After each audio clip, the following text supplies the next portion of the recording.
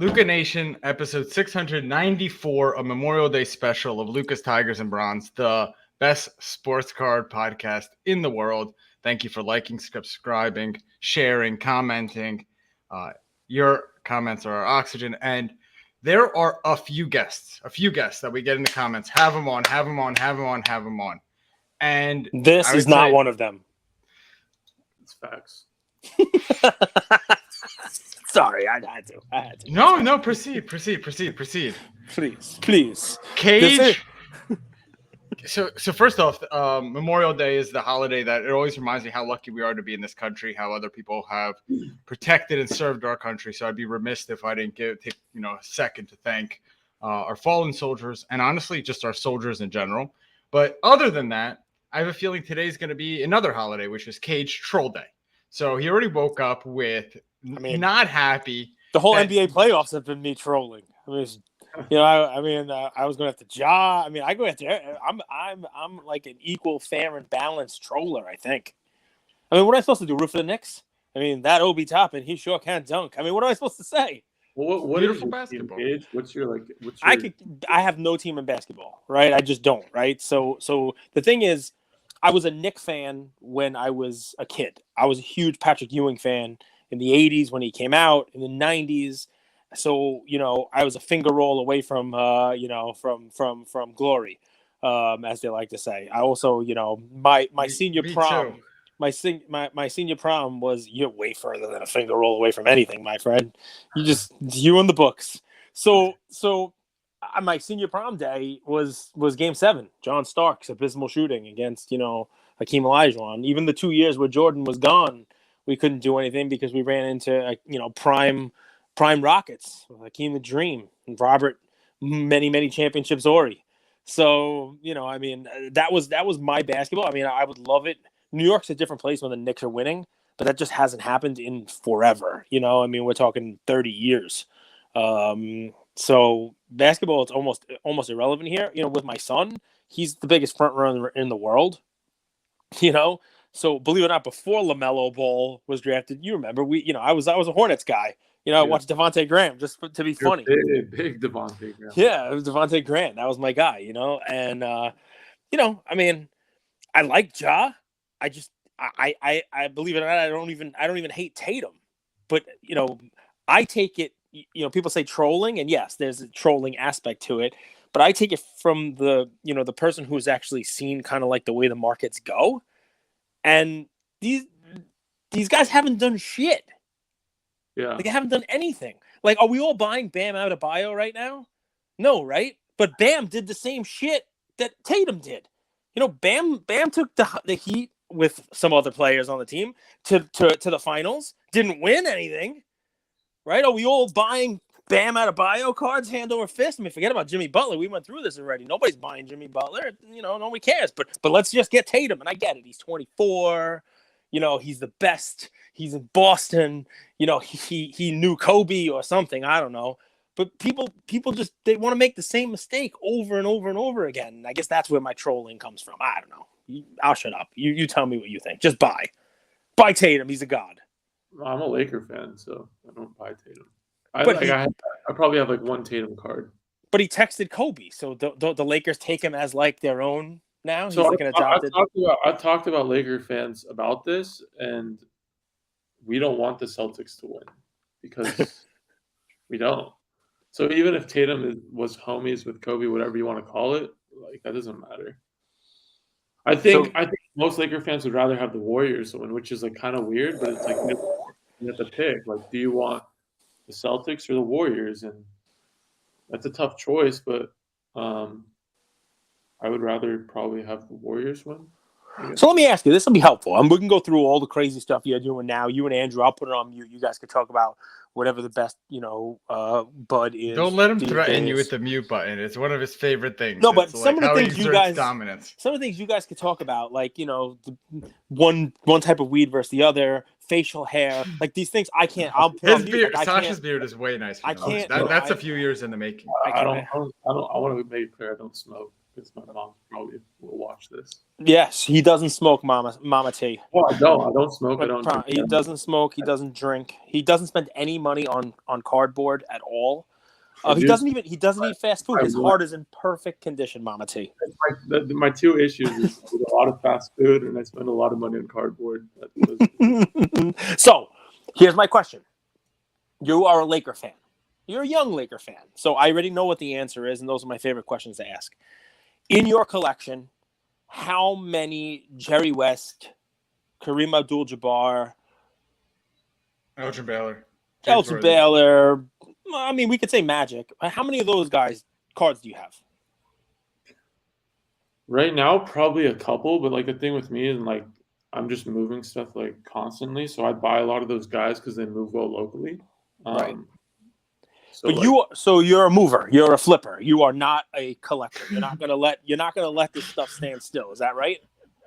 I would say I'm a dealer in a way. Yeah. A dealer. Well, that's good. It's a good thing you don't smoke. You can't get high on your own supply. Andrew will take it. One of the things people don't realize about Sasha, because I think it comes to like perception, reality. You're very mellow, very low key. But dude hustles.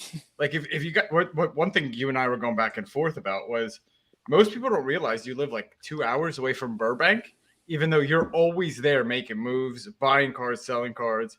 And I think it's just because of like your demeanor. You're very low key and mellow and chill. But you move. You're a hustler. You're a very hard worker, and I think that's important in an economy like this.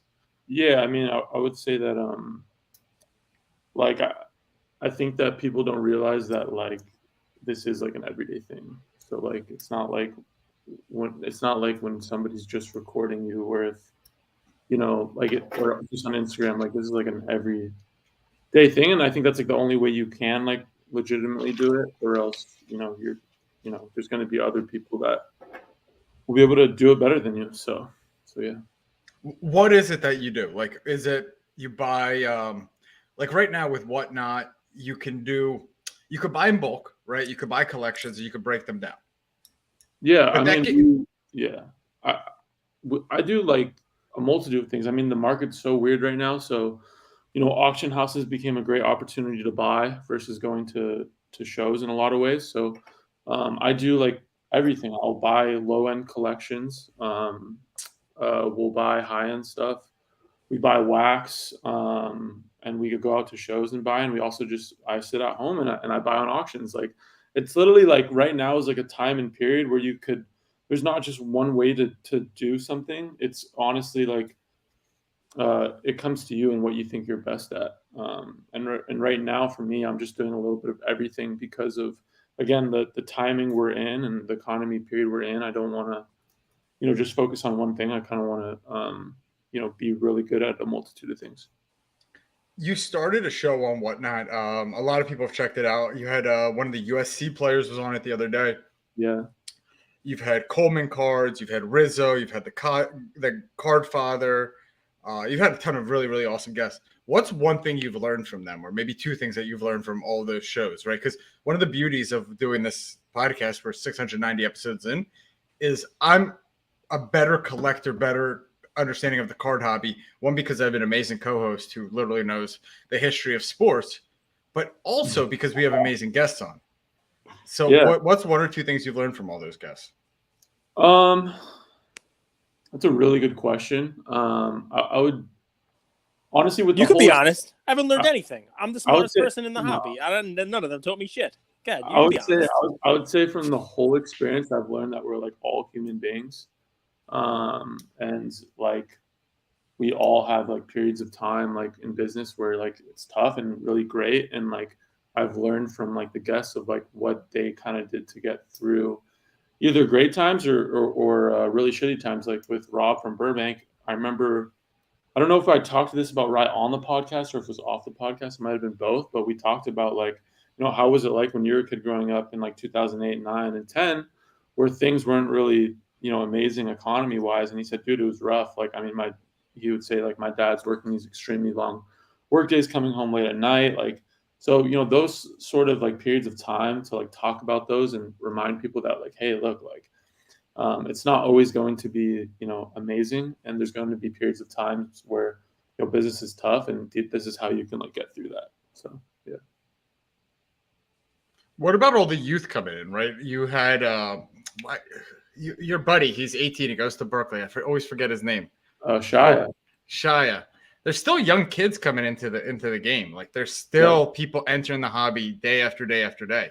Yep. What about from the youth? You know, what are they saying? Like, do they like NFTs? They like digital collectibles? They're still in it to collect cards. Yeah, I mean, I see kids coming in and young teens coming into the industry every day. I remember I was at a show in like the Bay Area, and there was like this like 13 or 14-year-old kid who had a pretty like decent like collection for that age, and I remember he wanted a card from me, and he was going back and forth with me, and I was like, damn, this kid is sharp for like 13, 14. So that was really cool to see. I think with Fanatics coming in, there's going to be an opportunity to bring more youth into the industry, and I think that's what they're going to focus on as well. So I'm not really. I know some people are like worried about like price points and kids being able to afford this stuff, but I'm not too worried about that, because I think that kind of like plays itself out and will take care of itself. Well, and if you're like you came into the group chat the other day and you're like, yo, are any of you guys bidding on alt auctions, right? On alt. Yeah. We're sponsored by PWCC. I mean, last night I bought about $1,000 worth of cards, and every single card was like 40, 50, 60 bucks. And there's some really cool stuff. Like the thing I spent the most on was a 1990 Panini sticker of Michael Jordan. So we know how difficult, and that was a PSA 10. That was $100. So there's always opportunities in these markets. And some of the stuff I'm going to use for like our Whatnot show, which is just a blast. But other things like that, you can really build up a collection in a time like this too. Yeah, I mean, I agree. You brought up PWCC Weekly. That's another great place to buy on. And if you if you do the work and do your due diligence and are checking comps, like, you can almost guarantee that you'll get a deal on something. So I love that you're a big Coke guy. So Memorial Day delivery. Just had to go pick it up outside. I got some ice cream delivered too. It didn't want to. Is that why you dropped off? Because the guy was at the door with the soda? Ice cream melting at the door. I respect that move. I respect that move. Do you ever? Are you? Yesterday I got Uber Eats twice, and I was a little bit embarrassed. I got to be honest, because there's a grocery store like maybe. Dude, they sent me an email, 10% off all week. I've ordered like $1,000 worth of food this weekend.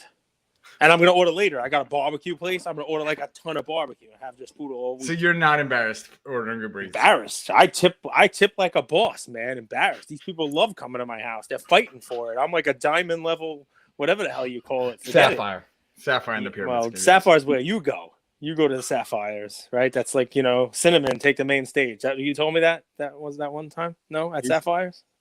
He's racking up the points.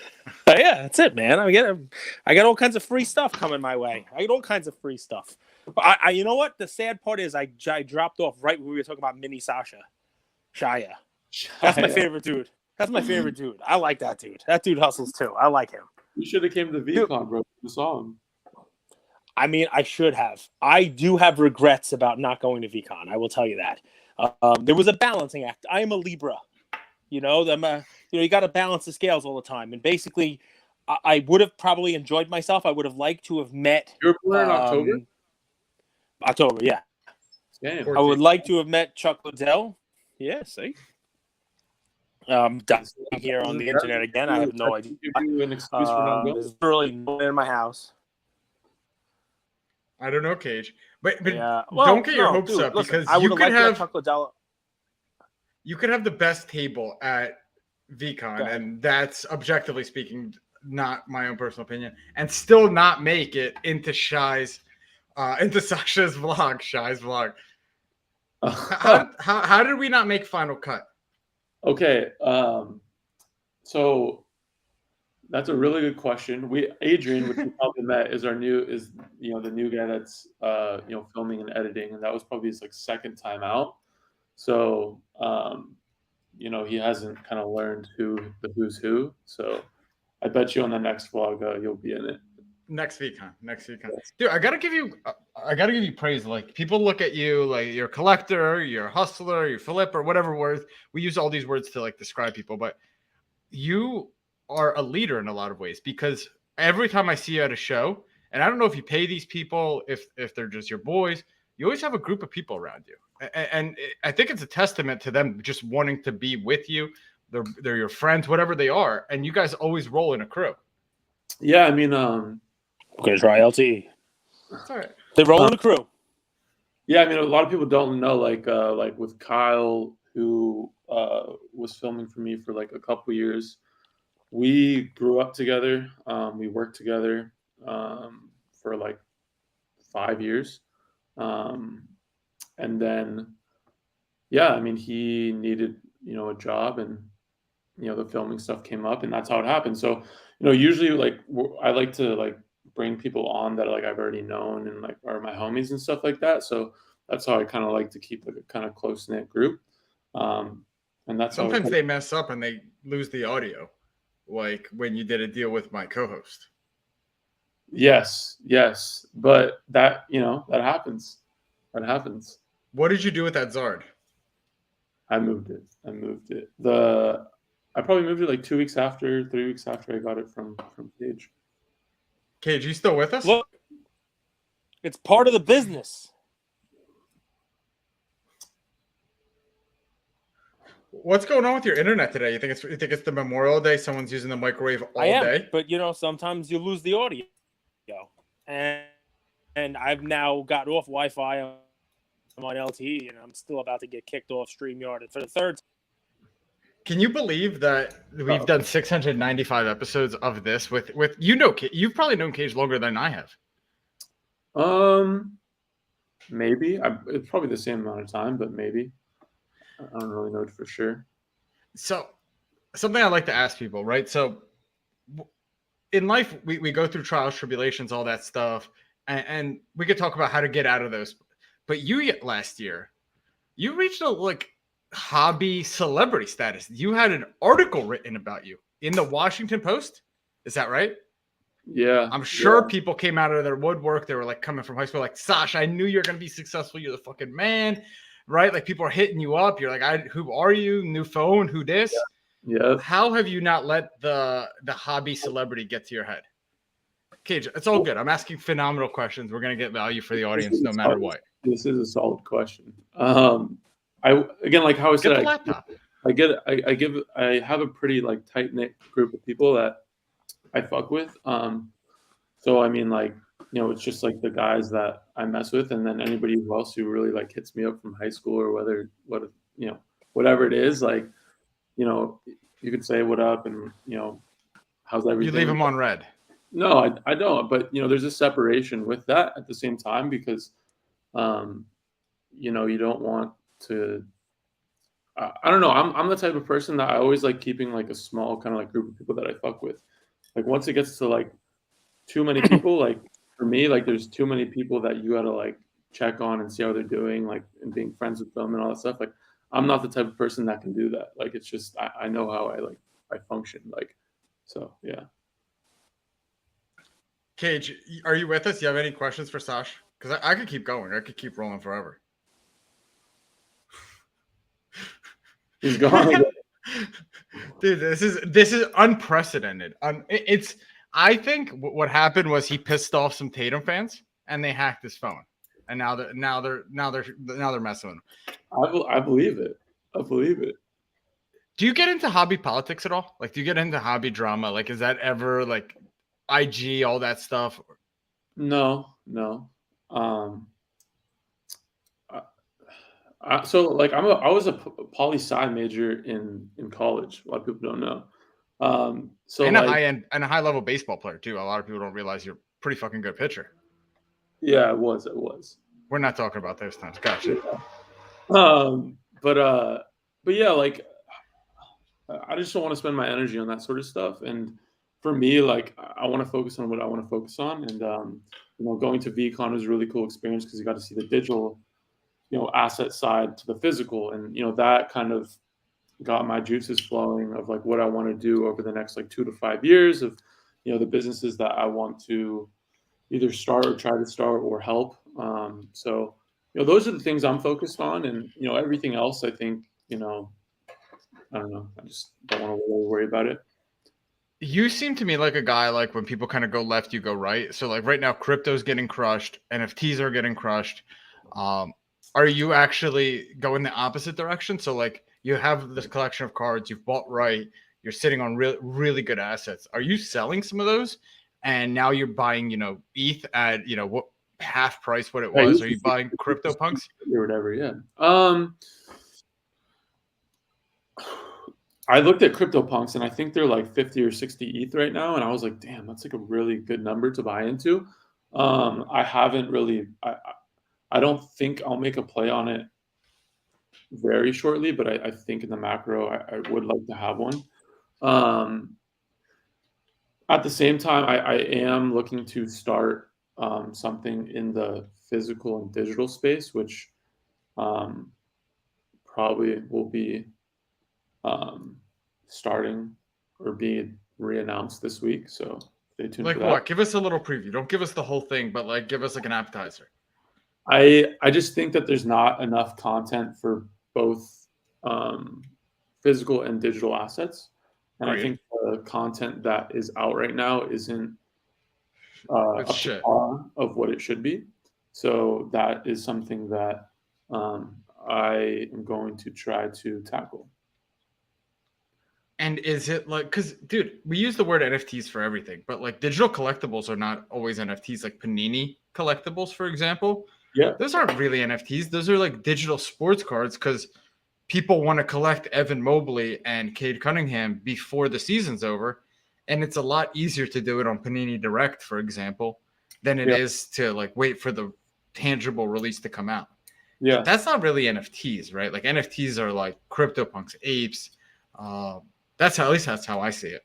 Yeah, I mean, I guess you could say it's on the blockchain, though, right? In a way, it would be on the Panini blockchain, right? Yeah. But it's not open. It's not like I could just send it to you. You have to create an account on Panini. Yeah, I guess it's kind of like somewhere in the middle, I guess then. But yeah, and again, another passion of mine that I've kind of developed over the last couple of months is bridging the gap between the physical and digital asset. It's really weird to me how NFT people don't fuck with cards and card people don't fuck with NFT people. It's like this huge like low key beef type thing. And when I go to both events, they're very similar people. Right. I think from VCon I felt that too. Like these are just collectors. Yeah. So how many cards did you sell? We sold more wax than we did cards. So how many Kobe's, Lucas? Like how many cards did you? We probably sold like 3 or 4 slabs, but we sold a really good amount of wax. Really good. So I think they're gamblers. I think NFT people are gamblers, even more so than what we are in the hobby. I think that's the link. Not that they like the cardboard or anything like that. I think it's a gamble, and I would put a coin toss on whether NFTs are around at all in a year, or that they are flourishing. Well, I think that's like a different. That's like it's the same thing with cards. Like with I've been talking about this last couple weeks. Like with Fanatics coming in, I don't think it's going to raise the value of cards. I think it's going to grow the industry, and I think those are two separate things. So with NFTs, I think the value of NFTs going up is separate from like the industry as a whole, if that makes sense. Well, I don't know whether or not there's going to be an NFT industry. I mean, that's part of the thing. Everybody wants to latch on to the next thing, right? Cards have been around. If you want to count Carte de Visite, they've been around since the 1860s, with the Brooklyn card or the Cincinnati cards from the 1860s. If you want to count the team cards, if you want to count the N167s or N172s from 1886, 1887, cards have been around for a long ass time. NFTs have been around for a couple years. Even if you want to count some of the NFTs from 2017, if you want to count like Ether tulips and the old shit. I guess where I'm going with it is if Pogs and Beanie Babies and Pet Rocks and all those other things were around now, if that was the fad now with the internet and eBay and all that stuff, they'd be in the same boat as NFTs. I mean, you can call me out if they want, but NFTs have been around for no time, right? And NFTs came around in a time where everything was great, just like the hobby. Everything was great. Everyone's making money. Everybody's going and doing all this killer stuff. And let me swing it back the other way, Sasha. And I'm throwing a lot out there. I'd love to hear your take on it. It's good to have you back, brother. This episode wouldn't be the same without you. Well, I appreciate that. I don't know what the hell's going on. I'm the only person in my house. So no one's using the Wi-Fi, goddammit, unless my neighbors are stealing it. So I plugged this in, like actual plugged it in. So here's the fun. Ready? We're ready. Talking about NFTs, talking about all that other stuff. I'll make a nice comparison. Sorry to Fanatics, right? I love you guys. Give me all the allocation. I'll be a breaker. Just give it to me. But in the NFT space, people were saying the exact same thing that people are saying in cards about Fanatics. Whether it's an LCS who thinks, oh, they're going to triple the space. We're going to, so many more people. Think about all of we've heard it. We heard it from the auction guy, SCP, right? David Kohler, right? He even mentioned Fanatics coming in. These guys have been in the business 40 years. He's Fanatics would be great. Think of what they do. They sell, shoes and hats, and they sell all these things. Think of all the people that use Fanatics. Those people are going to be using cards. I want you guys to go back on your Twitter pages, NFT people, and go back about 3-4 months, maybe 5 months, and read the same exact tweets about Coinbase coming in. Coinbase is coming into NFTs, man. They're bringing their millions of users. All those guys in Coinbase, they bring their millions of users, and they're going to all get into NFTs. They're going to explode the NFT user base. It's going to be the best thing on earth because everybody buys crypto with Coinbase, and then now they're going to have a wallet. 151 people were activated into NFTs on Coinbase's first day. 151. Like, I talk to more people than that in a day, and I'm not Coinbase. You know what I mean? So it doesn't actually happen the way we all hope it's going to happen. And I'm not saying Fanatics isn't going to bring in a ton of people, putting a lot of pressure on Fanatics to expose it and expand it. But they don't have to. The hobby's been here forever. Like, NFTs might not. NFTs might go the way of the dodo. Yeah. With all people losing money now. I think you brought up a multitude of fantastic. Yeah, a lot of points. Shoot. So I don't know which one to go at first, but I would say that with Fanatics, I agree. Like I said before, I think that they'll grow.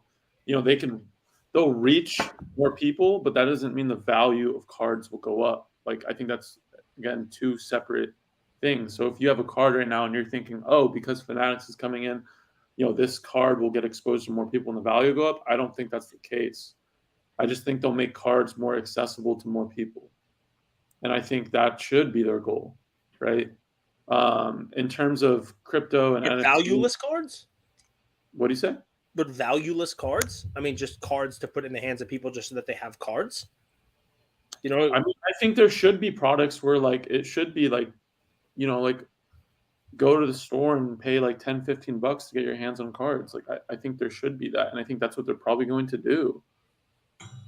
Right? Well, DeMar, agree or disagree? Another junk era. All right. I mean, it's a gateway. It's a gateway. Before you could buy $1,000 card, you just start playing with $50 cards. From what I'm hearing, that's what they're probably going to do, though. I mean, that's one thing that they're going to do. And then in terms of NFTs and crypto, I mean, these markets are extremely volatile. I mean, Luna went to literally zero. Less than 2 decades ago, somebody else lost investors $60 billion. Madoff. Do Kwon, Madoff. He's in jail. Do Kwon, he's doing Luna 2.0. Yeah, I mean, it's crazy.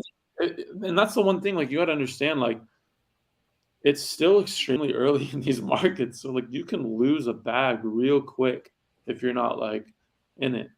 But I know you brought up, like, NFTs and them not being in the year. I would disagree with that. The one thing that I saw in going to VCon was really cool was that,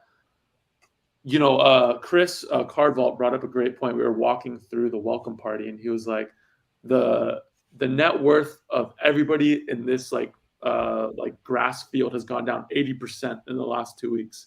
Mm-hmm.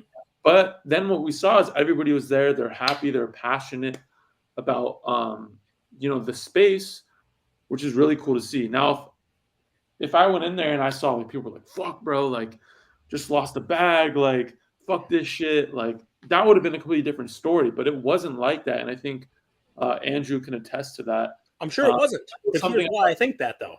right? VCon's a great place to go, but it is an echo chamber. It's not the overall space. And as beautiful as your facial hair is, my back hair is even better, and it shows it from a different angle. I'm telling you, the hair on my ass looks just as nice. Well, But no and one's looking at it. They wanna look at the beautiful hair on your face. that comes down to the projects then, right? So yes, I don't 100%. get So you that. walked into this room, those people are down. There's gonna be projects that go to absolutely No, but zero. dude, at VCon, you're in a room where people are down 80%, right? But but as we talk about with cards, right?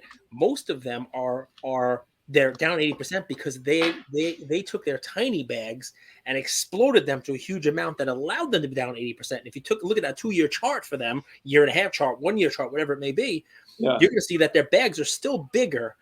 And most people are not like that because you got 10,000 people there. They're all people who probably bought VFriends, right? They're all people who bought 1, 2 VFriends. Well, not all of them. Andrew didn't buy one. I didn't buy one. I don't know if you got one.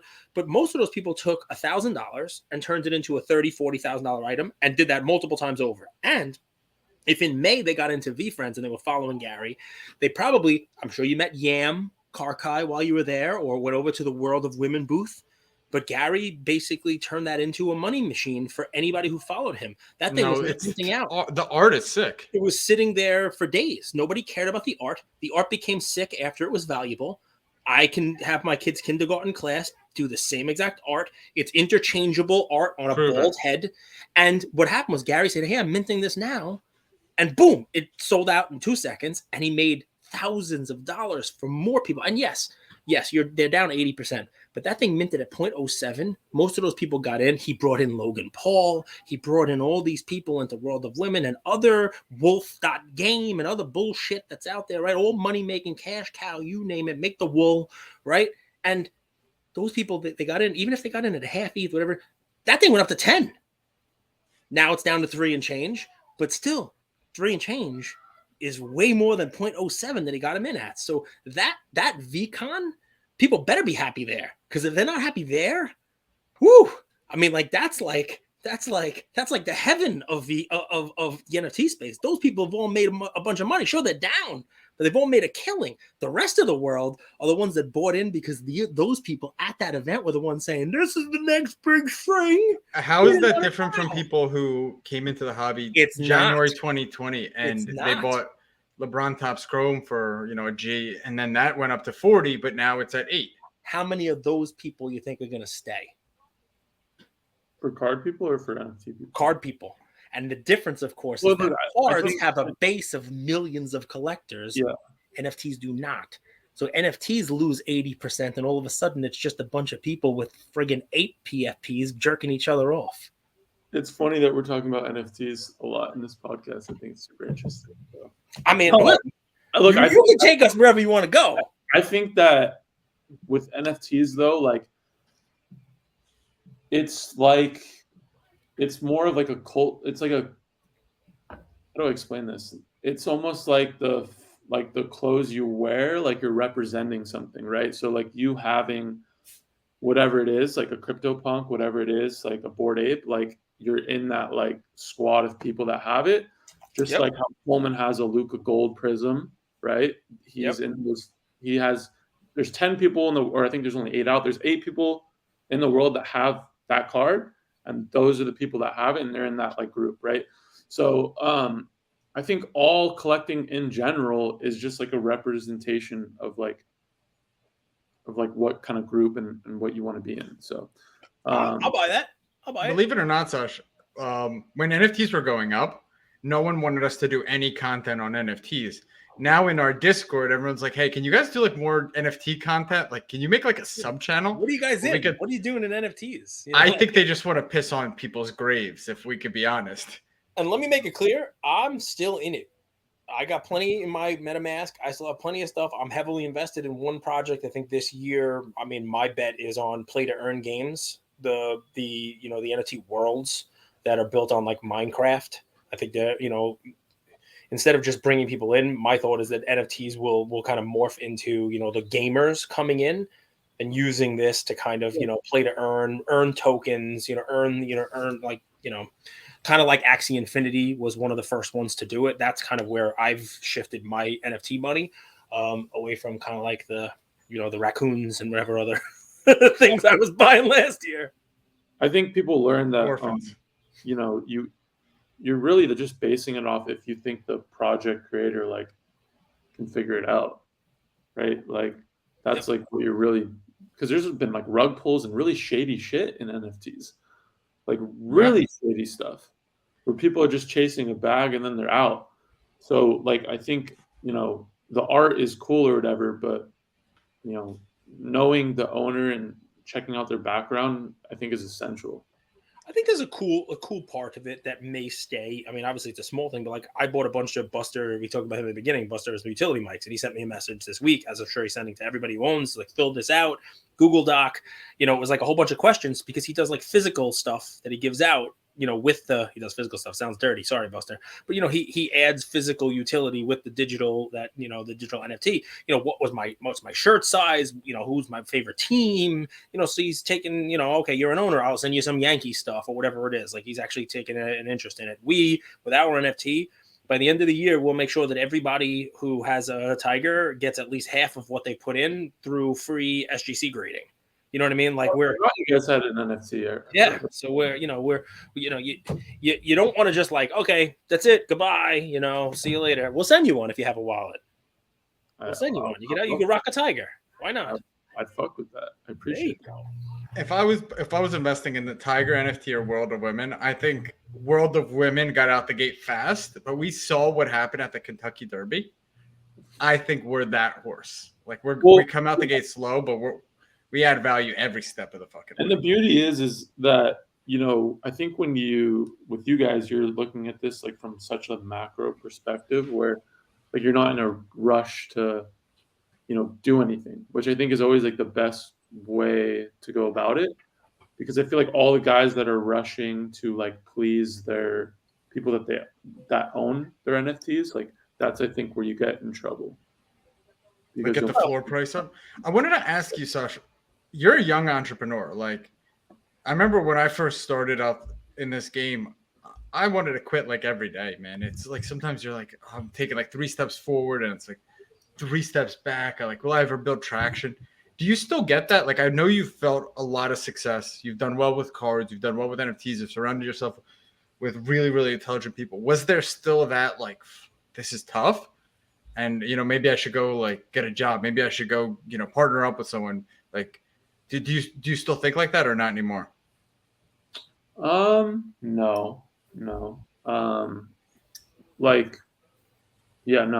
would think about like what I was doing before this, and I was like, I would never want to do that again. So, I mean, I think there's always days where it's tough and shit, but like, I mean, that comes with what you're doing. I mean, so. What were you doing before this? I was working. That's the origin story, right, Andrew? Yeah, I was a aquatics manager at a hotel and a gym. I had like synchronized swimming. Like, what's an aquatics manager? That sounds fancy. My father. So I was say stuff like that, Sasha. He used to say, I was a certified pool operator. Certified and aquatics. Yeah. I knew this guy once who was, he was the head manager for interstate commerce. I said, what? The head manager for commerce? Oh, yeah, he was a toll taker. No, I money at the bridge. I basically managed like around 20 to 25 lifeguards and would also manage pools. So yeah, dude, I mean, it was relax. Cool. I knew the answer, but you take some heat. You take some heat, man. Why do you take so much heat in this hobby? Why do people come at you? Is it because you have basically cut through the bullshit and said, you know what? I'm going to make money. I'm not going to apologize to stuff. I'm going to buy cards and I'm going to sell cards for more than what I pay for them. Why do you take heat? Why do people come at you? I think you're a nice guy. I don't know. I mean, I don't really. It's not that too big of a deal on my end. I mean, I just do. Good. This is the most mellow dude in the world. You do the same thing every single day? I mean, like it's like the same, the same stuff, right? I mean, it's wake up. I wake up every day, of course. I get a nice little bottle of water. Prayer or no prayer? Prayer? No, I don't. Hoop? Do you hoop every day? I am hooping a lot more. I hoop every Tuesday now. And then like one more day in the week up in the valley. If I'm over there late, I'll hoop at like a 24. So yeah, hooping way more now, which is cool. Is How the about valley you, a good Kev? thing or a bad thing? Like I've heard it in What? movies and stuff like that. Like I'm an East Coast gangster over here. I hear like the valley. It's like, oh, we're going down to the valley. I'm gonna get stuck in the valley. Like, is going to the valley a good thing or a bad thing? Is it derogatory? Is it like Well, again, I think people don't understand I don't. That's why I'm asking. how traffic works. So you really got to like schedule out your day, especially if you're going to LA and like those places, because bro, you'll get stuck in traffic real quick. Anybody who's like rode with me or like wanted to like hang out with me for the day, like I had Brock like from PWCC. He hanged out with me for a couple of days, and if you have him on, he would tell you how gnarly LA traffic is and how to maneuver and get through it. So that's the only downside of the valley is the traffic, but everything else is pretty cool. It just gets a little hot, but that's it. It's a vibe though. LA's a vibe. Do you still play with Kev? I do. We play on Tuesdays. He's shifty, right? He's there. Yeah, he's just he walked on at Drexel, which is kind of insane. Dude, he's a sniper, bro. You even have a hand in his face, he'll get one off, and it's pretty much going in. Cage, this is like a 5'10" Asian guy that just I don't shifty. I don't even think he's 5'10". He's probably like 5'8", 5'9", to be honest. He's so shifty, and he walked on to our Drexel team, our Drexel men's basketball team. You saw him at trade night at National. Remember I was talking to him? Yeah, Cage, sure, of course. Oh, Cage, are you going to National? Yes, and we have to make sure we call it the National, not Nationals. It obviously got Jeremy Lee very upset. It was in his story yesterday. It's not called Nationals. It's not like a competition, like a nationwide competition. I think the Canadians get upset. So Americans, make sure it's the National, not Nationals. We're not competing, winning gold medals. I don't know. Did you see my story post? Like, I'll be let's bring National to Vegas every year. Yes. The response has been crazy. Well, Vegas is made to handle all that traffic. Like AC is way too spread out, and you're going to be sweating like a racehorse. Yeah, I agree with you. I'm not like hyped about Atlantic City. It's not the scene to be walking around with like 30-pound cases or 2 cases. I don't know if that's the safest area. No. So I think Chicago was amazing. I think so too. Chicago was cool because Chicago has a bunch of hotels right next to the thing. That was the other part of it, and same thing with Vegas, I guess. And the shitty part is there are a lot of hotels next to each other, but where the show is not near any of them. So if you're not staying in the hotel that's attached to the convention center, you're going to have to like take an Uber or drive, something like that. And if you are staying in the hotel that's near the convention center, when the show's not going on, you are near nothing. You are not by the boardwalk. You're not near any of the hotels, where there's going to be trade nights and that kind of stuff. It's not like walkable. Chicago is walkable. It's all in one block. Vegas, very relatively walkable. I mean, you see some shit when you're walking around out there. I mean, Manny was walking with us. He kept getting spanked by police officers, who I don't think really went to the police academy. It's very weird. I think it would be cool to if one of these big shows in California, was able to keep growing and maybe get to the size of a National in a couple of years. That'd be pretty dope. Sash, let's add some value here. So first thing. Too late. Or too late. Someone starting off with, let's say, we just had LAFC Gunnar on, and he was like, we clipped it. You guys can go to our story and watch it. $1,000. You're starting out in the game. It's a bear market, so most cards are dropping in value, but still the good stuff is holding strong. What do you recommend? You got $1,000. What do you do with it? It's a really good question. I would probably I'd probably look at UFC and with grading and like grade it, like buy it raw and grade it with like SGC or PSA or BGS or something like that, because UFC color, people like that stuff and it's relatively cheap. So like the everyday consumer can buy it and they can like recognize the fighters. So I would go there. If it was like 3-4 months ago, I would have said F1, but I think F1 right now is like at a point where it's pretty high. And with $1,000, like, 1 or 2 bad plays can put you in the hole. So yeah, I would say UFC. UFC is still like a relatively it's still cheap compared to other stuff, and you can get some really nice color at really affordable prices. And if you gem a couple of those and learn how to, grade cards, I think you can really rack up some money. So you look at Curry. He's like this dude. I mean, he could pull up from anywhere. He moves without the ball. Shaq, most dominant center.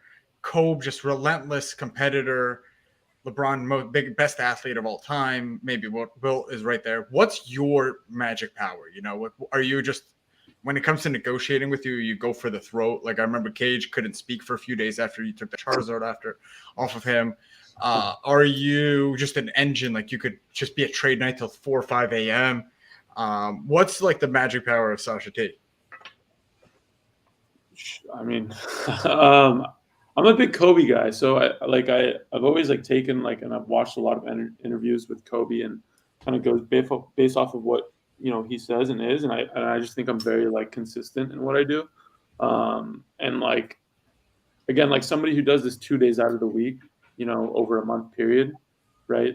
I mean, 2 times they're doing this 8 times maybe, and if I'm doing this 7 days a week, even if I make, let's say, like 1 or 2 bad deals, doing that every single day, adds up. So I just think I'd probably just outwork people, I would say. I got a question for you. Yeah. Because people watch your content, right? And they see you doing this stuff. They see you, making deals, making trades, all that other fun stuff, right? They see all kinds of craziness. One of the best feedbacks I've gotten, it's not when I troll Tatum and Ja and that kind of stuff. I get pretty bad feedback. I lose followers. Today. I'm just trying to be funny, folks. It's interesting stuff. But anyway, you lost followers today? Oh yeah. Oh man, the DMs, the best DMs are the ones where people message me and say, "I want to see your DMs." I think people are like, I would love to be a fly on the wall in your DMs right now. I think people just take things a little bit too seriously. Boston came out.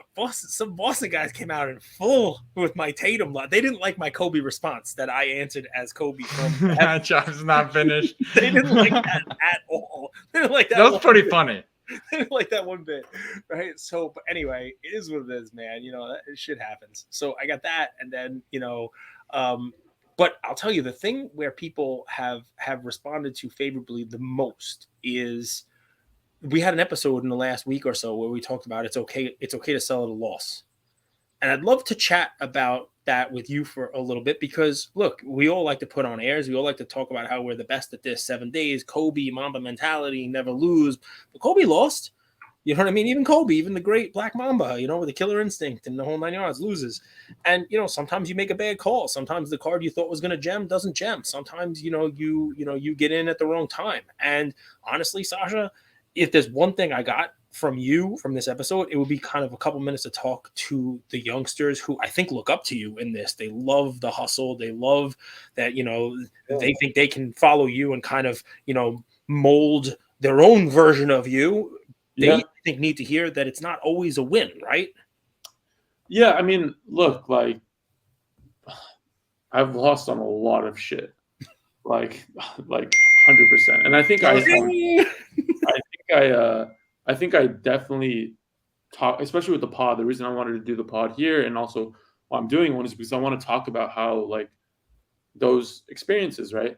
Like for example, recently, like I lost on WWE Prism. Like I bought like a couple cases and I bought a couple at a good price that's still relatively good to today, but I bought one that I just shouldn't have. And I lost, good money. But the reason I'll bring up like doing this 7 days a week is because, losing, 1 or 2 times a week, but if you're doing it over the course of every single day and you're making other really good decisions, you can't make a good decision on deals every single time. But like if you're really in it and you're doing it like that much, like really grinding it out, like your W's are going to take care of like those couple L's. So, but yeah, man, dude, fuck, I lose all the time. I think that's, one thing that maybe people don't realize, but yeah, 100%. And when you say doing it every day, is that like, how does your day start? Like you go to Burbank and you're like, let's see what inventory there is. I only go to Burbank now probably like once or twice a week. Dude, okay. Fucking gas is like almost like $7 a gallon here. It's disgusting. You guys chose to live in that state of yours. It's beautiful though.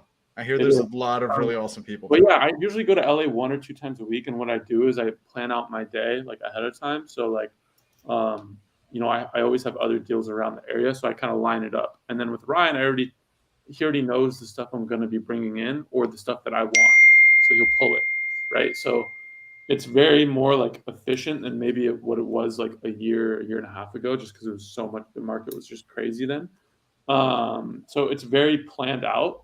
And then with the other stuff, I mean, we move wax, and then the higher end is like more just like you never know when that stuff is going to move or how you're going to get it in. But yeah, I do really well with local deals. You know, people come and they sell stuff to me because, you know, they know that like, I'm pretty fair on that sort of stuff. And, you know, we buy collections out here as well. And then we have like, I don't think people realize we have so much like low end slabs and stuff that we move, whether that's on, you know, Whatnot or on Instagram or whatever. So that takes up a lot of time too. Now, fortunately, I have somebody who's goes through it all and kind of organizes it and puts it where it needs to be. So that's been a huge help. What advice do you have for someone running a Whatnot channel, right? Let's say they're doing singles, you know, not breaks, but like someone's Whatnot is. There's a few apps out there that are trying to kind of do what Whatnot's doing, but is that you, Cage? No, that's me. It's Sasha T. All right, man. Somebody deals. Somebody needs him a deal for. When he says 7 days a week, Memorial Day is one of the days a week. After this, he's bouncing, making deals for sure. Like someone's running a Whatnot channel, selling slabs. Yeah. What advice do you have for them? That's a really good question. I would say do giveaways at first because you want people to like join your channel. So doing giveaways, and get follows and just get people to know you. I think that's like a really good way to gain traction.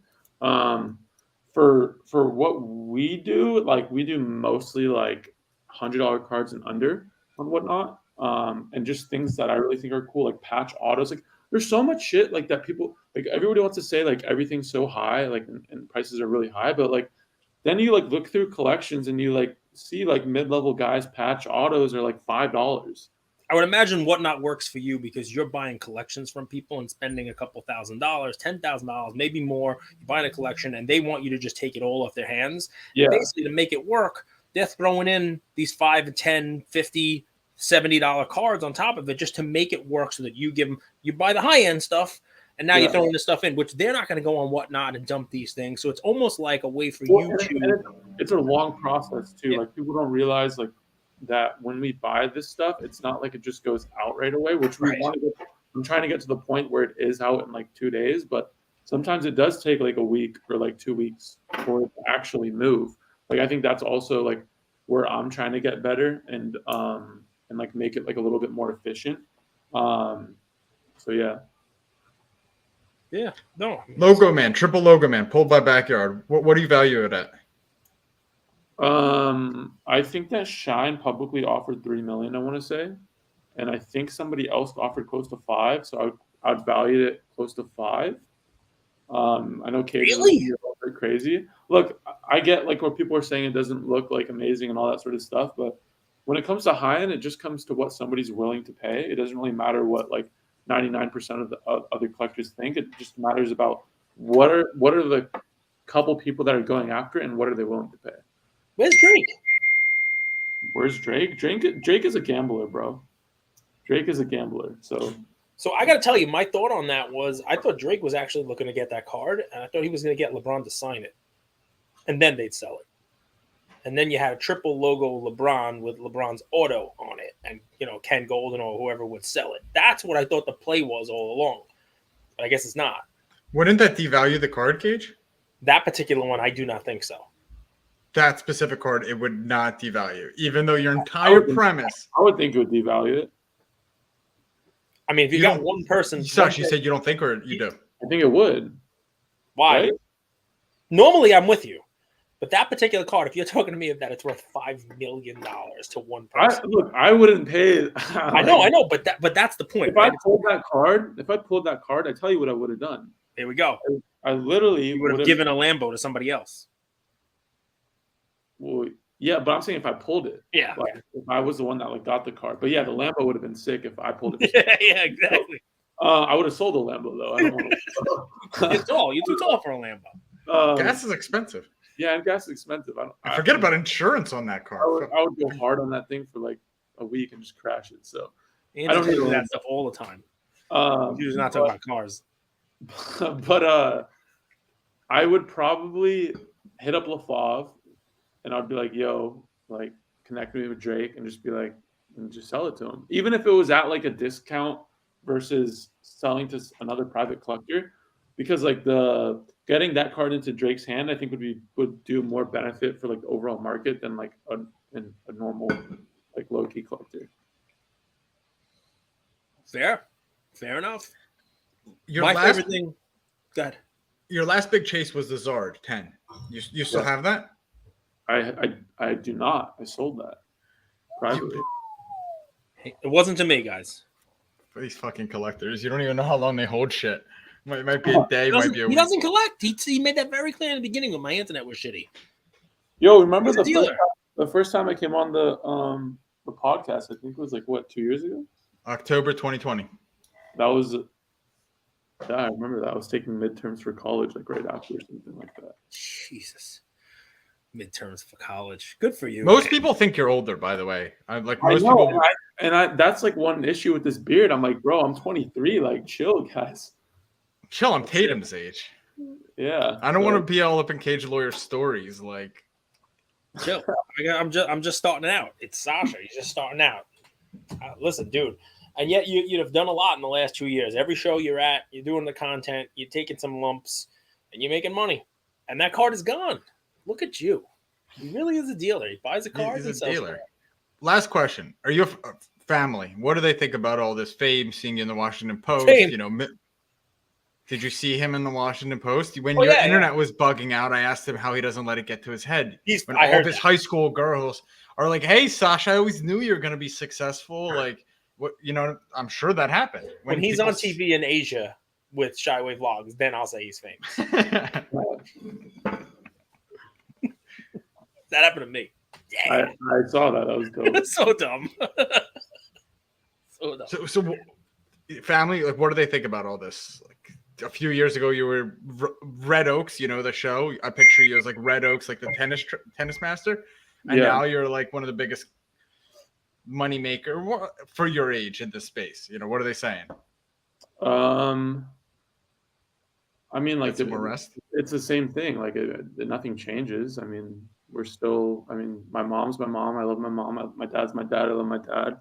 I love, you know, my sisters. So, you know, nothing changes. I mean, yeah, but you show them a Zard that you just sold for $350K, and they're like, I mean, nothing changes, bro. Job's not finished. And I think, and I think what people don't realize is like people think that this is like where I want to be, where like I have other aspirations and goals. Like, I don't think the goal stays the same every month to month. And I think for me, I'm at a point now where I'm like figuring out what my next goals are.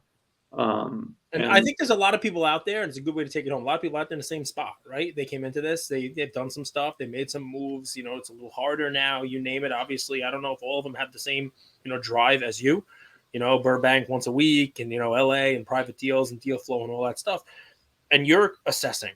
So what goes into that? Yeah, You know? I mean, I don't want that to come off though as like I'm not going to be in cards, because I 100% am. And I love doing this, and like it's a passion. But I think for me, like personally, like I'm figuring out like, okay, because for me, like I need like something to do every day. If I don't like have something to do everything like every day, like I just do I'll do stupid stuff. You know what I mean? So I need that like big like thing that's like unobtainable, but I think I can get there. So again, like when I talked about digital and physical and finding a way to put out, you know, really good content for both, that's something that I've found that I'm passionate about, and something that I'm planning on doing. It won't be like my specific content, but it'll be something that, you know, will be built up. And yeah, I mean, in terms of cards, look, guys, like this is a margin game. Like it's not a betting game. Like I'm not going and buying Tatum right now because I think he's going to win the NBA Finals. You're buying Tatum at 80% because you know you could sell him at 96% and make your 16. Sure. Or like, for example, Curry Chrome 10. I sold two of those copies a couple of months ago. One for $55,000, one for $60,000. And I won one alt last night for 28,000, and I was like, how is it a couple months ago this was 55 and 60, and now I can get one for 28? This is still a pretty low pop card compared to other like Topps Chrome stuff. You know, the last comp was like 33 and 35. I mean, even if they don't win the finals, like how much more down can this card go? I don't know, but I felt comfortable at that number buying into it. I mean, there's plays out there. They're like, I don't think people were like, you talked about PWCC Weekly. You got a $100 card for $50, but you took the time to do that research. Like, you know what I mean? Like, nothing is easy. Like, nothing is going to be easy. You know, you could go buy Luna at fucking $100 and it goes to zero. Like, are you going to? I don't know a single person invested in Luna, by the way. What do you say? Do you know anyone invested in Luna? I do. You do? I do. I didn't know a single person. But at the end of the day, it's like I think it's like a mindset game. So that's I love it. And it really what it is, guys, if you're listening to this, is that it's a grind. I mean, there's money to be made out there even now. I love the Curry analogy. I love Andrew's, grinding on a PWCC Weekly. I just bought some cards, same kind of thing, Sasha. I think now is the time. I heard you bought a LeBron refractor. I did. LeBron BGS 10. How much was that? 67 all in. A really good number. That's what I thought. Actually, when I bid the 56, before the buyer's premium, like 2 days before the auction ended, I thought I might have to bid again in extended. And nobody. There were 2 PSA 10s in that auction. Yep. And that's why I did. That's why. Yes. Yep. That's exactly why I did it. I was looking at the PS. I think that I own a PSA 10, so I'm biased, but I think that, like if you look at that card from like a 10, 20-year window, like it's an iconic card. Yeah. And like at the number it's at, it's like how much more can it go down? Like, yeah, it can maybe go down a little bit more, but at the number you're getting it at, it's just a cool one to lock up. Yeah, and it wasn't so much more of a premium on the PSA 10s. Why I went for the BGS 10 is only 32 to BGS 10s. But what I did was I looked. I mean, guys, you could do this. Look at the PSA own website. You don't have to have Card Ladder if you don't want to, right? Just go look at PSA's website and look at March of last year. When everything was nuts. And I know everything's nuts then, right? But just look. That card was selling for over $200,000. Like confirmed sales over 200 grand. And you're buying, you're getting it out for 60 cents. It's a third of what it was, and it's LeBron.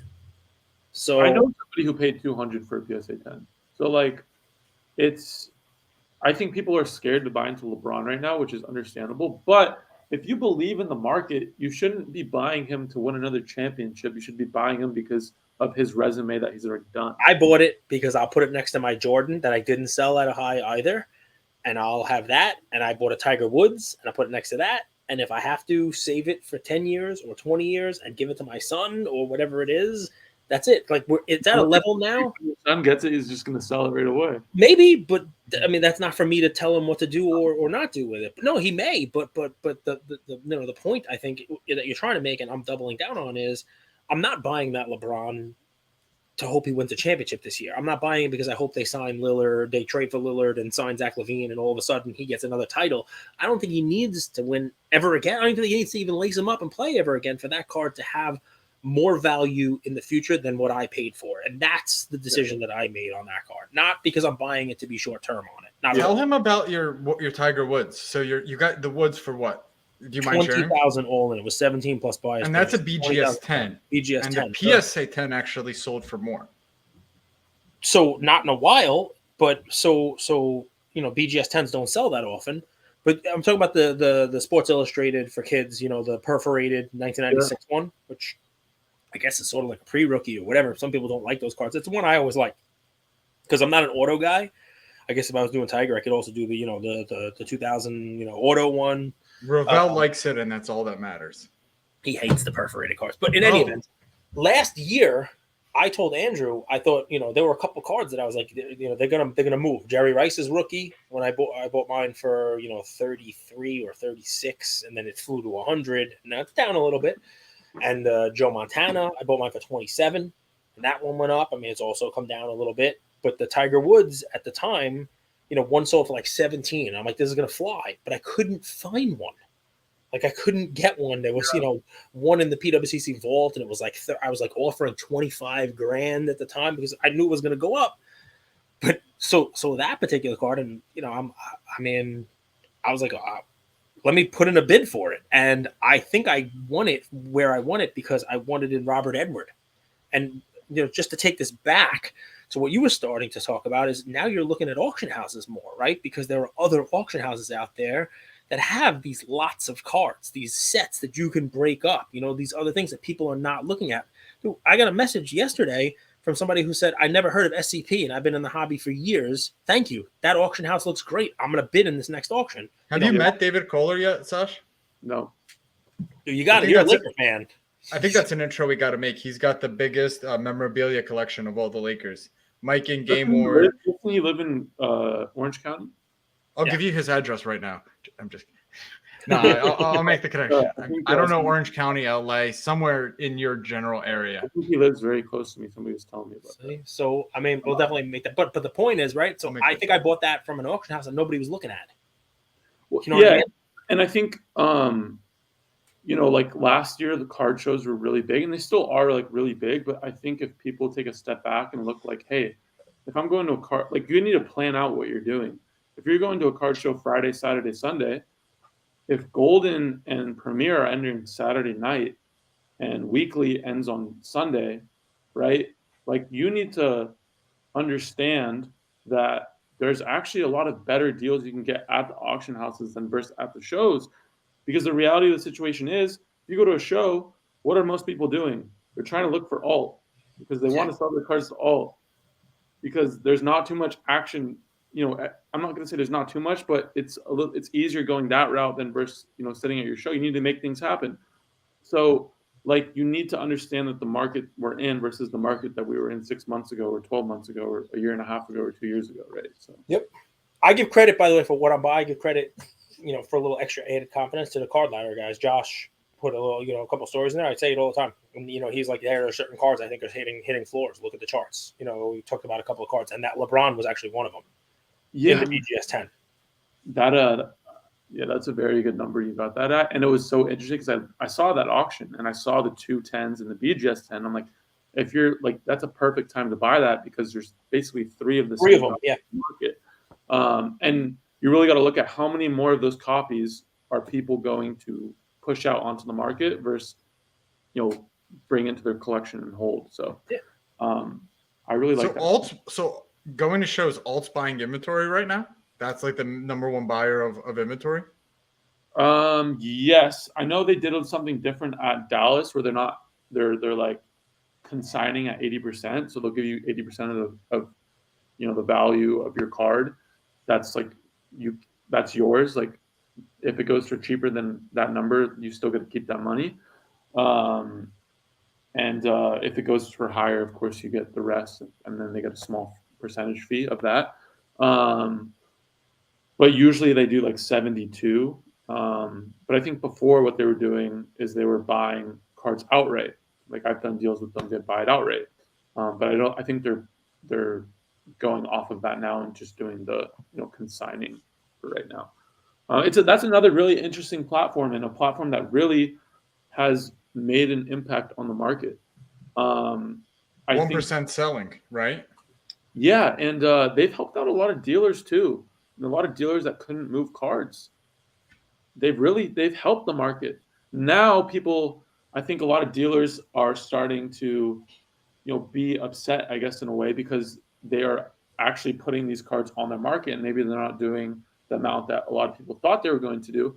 But at the end of the day, they're a business. They're not just going to buy cards and hold them. They have to eventually put them out in the market, and the market will decide what it goes for. Now, I do think that they need to probably ramp up their marketing sooner rather than later, because a lot of these cards definitely could go for more if their marketing was, being out there and promoting, the assets. But then you have the other auction house on the other side of the country, which is seller friendly, right? Like it's okay to have some buyer friendly auctions and some seller friendly where, Golden is an incredible marketer.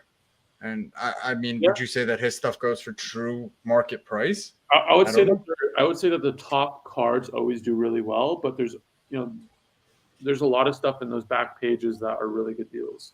I talked about that Probstein. Remember Probstein talked about it. I mentioned it at Mint Collective. That would be if somebody asked me my strategy for this year. I said in Mint Collective, like it's difficult, blah blah blah.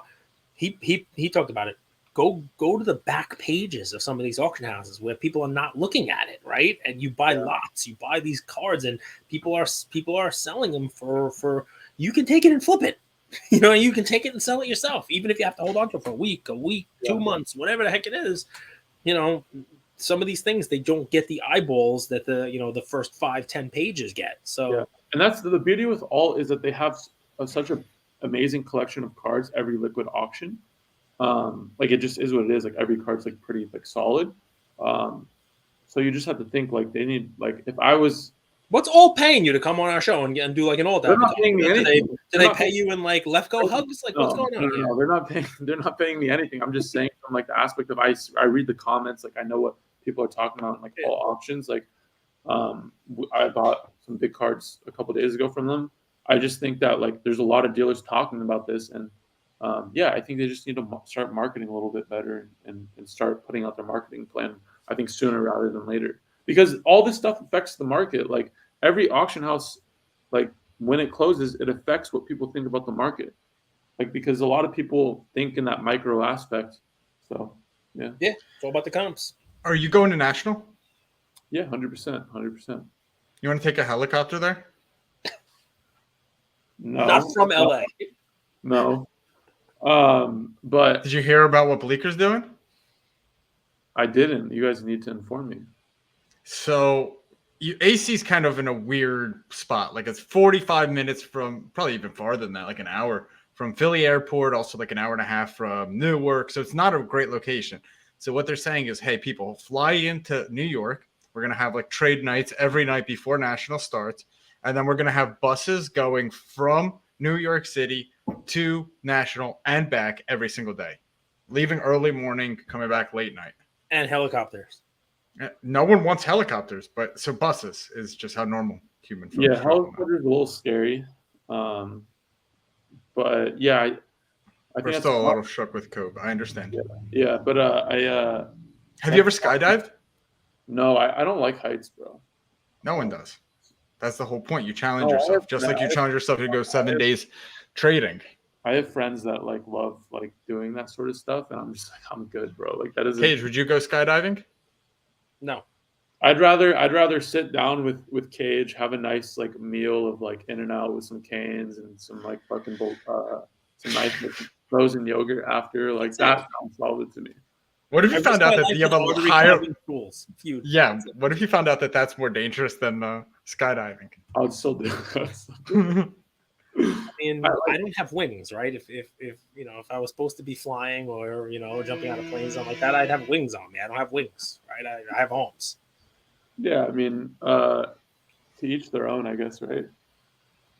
But you'll come to New York City and then go to National? Well, I was going to come out to New York for NFT NYC, and then something came up, and now I can't, unfortunately. But I'm trying to plan something where I'm in New York before or after, because I want to go to New York. I think New York's like I've never been there, and it seems like a really cool place. And also, I've never been to New York. I've never been to New York. No. Okay, I've never been to Burbank Cards. I mean, it is what it is. It is what it is. And I know that Bleeker and Coffee Breakers did something now where Coffee Breakers owns the shop and Bleeker has like the trade night area still. So I want to check all that out. I want to check out the shops out there. I know there's a lot of shops in New Jersey too. Shout out Santiago. I think he just opened his. Do like California gangster style. Watch the movie Made before you come to New York from California. It's a good one. Vince Vaughn, Jon Favreau. They come in, they do the whole California. Stay at the Soho Grand. Luca Nation. We're at hour 15, a little different vibe. We're actually, Cage, if you're cool with this, let's put this out a little early on Memorial Day. Sure. We're done here at 4:30. If you guys see Sasha at a show, say what's up. One of the nicest guys in the hobby. Get a photo. Maybe you'll make Final Cut with his vlog, which is a huge deal. Andrew's never Not gonna me. make Final Cut. You can't. People hate that they love me. And they love to hate you also. It's actually both. It's actually There's I'm two like a sides. porcupine. Well, I Sasha, will say you did a killer job though at Beacon. Like your strategy was baller. I mean, he had a genius strategy. If you're gonna Yeah. go to the desert, bring water. Yes. I mean, it was very. I mean, I don't know why he was the only one who thought of this. I'm going to VCon. They bring V-Friends cards. One of the things I've learned from my co-host and my mentor here is Yeah. I used to be like, yeah, man, I knew it. Like, fucking right, doggy. And Cage is like, no, it's all luck. You got lucky. Well, no, I mean you could just say you're a very lucky person if you're doing the right things right. So. And you know what's funny? If you start saying that, eventually you'll find evidence to believe it, and it kind of becomes a self-perpetuating cycle. So, and guys, you know this. I'm giving out a really awesome book. It's by Ed Milet. He's from Sasha Tamadon's area. It's a book called One More. So we're gonna have 5 books to give away this week because as much as we talk about doing the right things, it's also about having the right mindset. So be on the lookout for that. Any final words, Sash? No, thank you guys for having me on. I really appreciate it. I do listen to the pod when I'm on the fucking 5 or 405 for multiple hours. So I appreciate you guys keeping me entertained on the road. And yeah, I'm excited. A little bit of traffic, you get stuck. There's an episode every day. We're gonna try to work something out, Luca Nation. Maybe we'll pick 1 or 2 of you. And in Atlantic City, we'll find the grossest, whatever fast food there is there. I don't even know what's in Atlantic City. I'm down. We're going to do me, Sasha. We're going to drag Andrew there. I don't care if he's on like 77. You guys can come to California, though, and come on the pod. We'll do that. I'll do that 100%. But we're going to bring two members of Luca Nation, kind of hang out. Me, Sasha, we're going to eat some fatty foods. You get to hang out with us. That'll be good stuff. On me, I'm buying whatever it is. I don't know what there is there. I think Trop has like good Italian, like Carmine's. They got like family style. There's a Hooters in there, I think. Carmine's. Yeah, man. Carmine's is a mafia family. Carmine's is one of the 5 families. Just like family style Italian food. Last time I was there many years ago, they had that. It's good stuff. Interesting. Well, I'll go wherever you decide. Yes, rock and roll. Thanks for coming on. Happy Memorial Day, Luca Nation. Sash, I appreciate your time. Cage, you're always the best. Thank you for making it work with your internet. Yeah. Whatever. Thank you all for listening to another episode of Lucas, Tigers, and Bronzo Mai. I wanted to tell you about a new service that we have starting as of today, and I'm really, really excited to bring it to you guys. So, as a part of our partnership with SGC, we got 50 free submissions every single month, and many of you have taken advantage of that. And it's amazing that we could have the opportunity to 650 episodes, 675 episodes in, to go ahead and give back to our community. As people were sending those cards in, they asked, can we send 5, 10, 20 more cards to you guys? We'll pay for it, but we wanted them graded with SGC. You guys know SGC is turning cards around in 13 to 14 business days, have incredible customer service, and their secondary market values are going up day after day after day. And that's exciting for the hobby and exciting for the grading landscape. So we didn't want to just rush into it. We wanted to do it right. And what we did was I relocated here to Boca Raton, Florida. I opened up a P.O. box maybe 5 minutes away from SGC, and I will be hand delivering and hand picking up the cards. So you don't have to worry about anyone else touching your cards. It will be me, and I will update you every step of the way. So here's how it's going to work. I'm going to personally pick up the cards from a P.O. box, prep them, new card saver, new penny sleeve, and deliver them to SGC every single Tuesday. Why Tuesday? Well, it lets the stragglers over the weekend come back through on Monday and gives me a day to prep, and it basically gives SGC the entire week to work on grading those cards. Once your cards pop, only then at the end of the process will you be paying for the service. It's $25 per card, simple as that, and the turnaround times have never been faster. We're hearing right now 13, 14, less than 20 business days. So there it is. 9170 Glades Road, number 135 is the P.O. Box in Boca Raton, Florida, 33434. 9170 Glades Road, number 135, Boca Raton, Florida, 33434. Of course, you could shoot me an email or shoot me a text anytime, and I'm always available. Many of you already have my email. It's iamandrewgoldberg@gmail.com. or my cell phone number 215-519-9154. reach out with any questions. I could walk you through the process. I've hopped on the call with quite a few of you, and I'm happy to do that. Love you, Luca Nation.